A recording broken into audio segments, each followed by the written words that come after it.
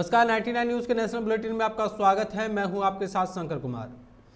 Ambedkar international centre में आयोजित Bharatiya Janata party संसदीय दल की बैठक हुई। बैठक में पीएम मोदी, गृह मंत्री अमित शाह, रक्षा मंत्री राजनाथ सिंह, बीजेपी के राष्ट्रीय अध्यक्ष जेपी नड्डा समेत तमाम सांसद मौजूद रहे। बैठक में कई अहम मुद्दों पर चर्चा की गई। बीजेपी संसदीय दल की बैठक में पीएम मोदी ने सभी सांसदों से कहा कि वो लोगों के बीच जाएं और उन्हें सरकार की योजनाओं में अवगत कराएं। दरअसल 6 अप्रैल को पार्टी अपना स्थापना दिवस मना रही है। इसके अलावा 14 अप्रैल को बाबा साहेब भीमराव अम्बेडकर जयंती भी है। ऐसे में पीएम मोदी ने सांसदों को निर्देश दिया है कि वो लोगों के बीच जाकर उन्हें सरकारी योजनाओं से अवगत कराएं।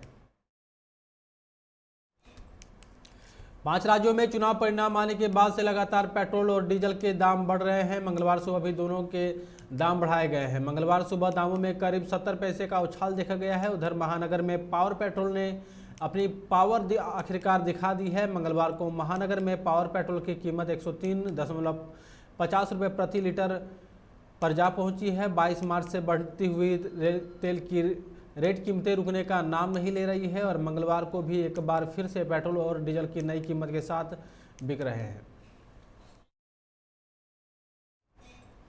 इजराइल के पीएम नफ्ताली बेनेट का भारत दौरा स्थगित हो गया है। वह सोमवार को कोरोना संक्रमित पाए गए थे और उसके बाद से ही उनकी भारत यात्रा को लेकर सवाल उठने लगे थे। अब मंगलवार को इजराइल की ओर से पीएम के भारत दौरे को टालने की जानकारी दी गई है।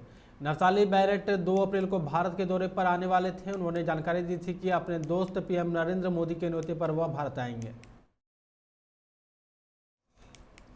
मध्य प्रदेश में आज 5 लाख से ज़्यादा परिवार को प्रधानमंत्री नरेंद्र मोदी पक्की छत दे रहे हैं। प्रधानमंत्री 5,21,000 लोगों को गृह प्रवेशम करवाएंगे। पीएम मोदी आवास योजना ग्रामीण के तहत बनाए गए घरों की वर्चुअल कार्यक्रम के जरिए लाभार्थियों को दिया जाएगा।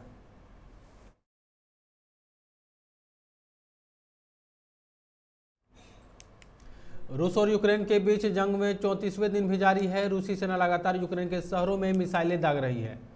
अब तक यूक्रेन को 564.9 अरब डॉलर का नुकसान हो चुका है, जिसमें 7,886 किलोमीटर से ज़्यादा की सड़कें तबाह हो चुकी है।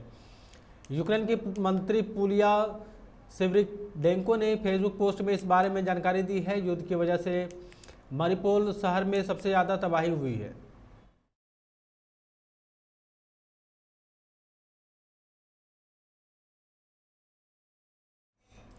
केंद्रीय सड़क परिवहन और राजमार्ग मंत्री नितिन गडकरी ने पुष्टि की है कि 1 अक्टूबर 2022 से निर्मित सभी नई कारों में स्टैंडर्ड सेफ्टी के रूट में 6 एयरबैग होना अनिवार्य हो जाएगा। सड़क परिवहन और राजमार्ग मंत्रालय ने जनवरी 2022 में एक मसौदा अधिसूचना को मंजूरी दी थी।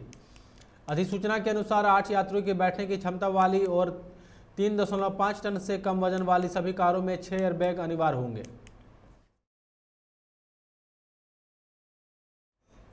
यूपीएससी 2016 की टॉपर टीना डाबी एक बार फिर सुर्खियों में है। राजस्थान के फाइनेंस डिपार्टमेंट में जॉइंट सेक्रेटरी के टीना डाबी 28 साल की उम्र में दूसरी शादी करने जा रही है। उन्होंने नए लाइफ पार्टनर के रूप में राजस्थान के ही आईएएस प्रदीप गावड़े को चुना है। गावड़े फिलहाल Rajasthan archaeology and museum department में डायरेक्टर हैं।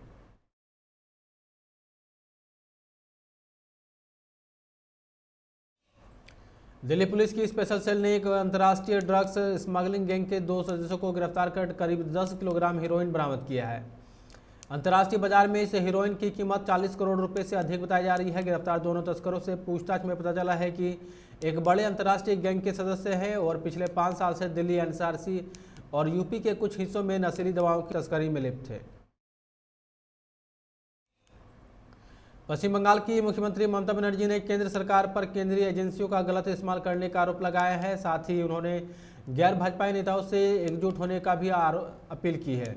खबर है कि उन्होंने भारतीय जनता पार्टी के खिलाफ खड़े होने के लिए कई राज्यों के मुख्यमंत्री से पत्र लिखा है। इसके अलावा उन्होंने एजेंसियों की कार्रवाई को भी लेकर बैठक बुलाई है।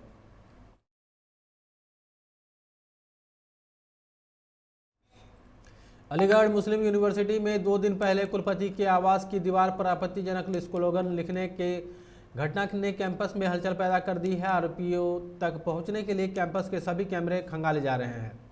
4 सुरक्षाकर्मियों को नोटिस दिया गया है। मंगलवार तक जवाब देना है। ऐसे घटना भविष्य में न हो, इसके लिए एक निगरानी टीम का गठन किया गया है।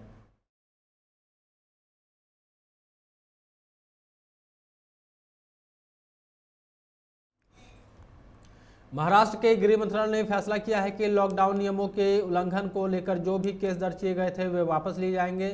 गृह मंत्री दिलीप पाटिल ने कहा है कि जिन लोगों पर आईपीसी की धारा 188 के तहत केस दर्ज किया गया था उन पर से केस वापस ले लिए जाएंगे। उन्होंने कहा कि कैबिनेट की बैठक में प्रस्ताव पारित होने के बाद इस पर कार्यवाही शुरू हो जाएगी। बीरभूम के रामपुर हाट हिंसा मामले में भाजपा की ओर से विधानसभा में हुए हंगामे के विरोध में आसनसोल के बियानान मोड़ के पास भाजपाइयों ने सड़क जाम कर प्रदर्शन किया। इस मौके पर कुल्टी विधायक डॉक्टर आंजय पोद्दार, कृष्णेंदु मुखर्जी, बपा चटर्जी समेत कई नेता उपस्थित रहे।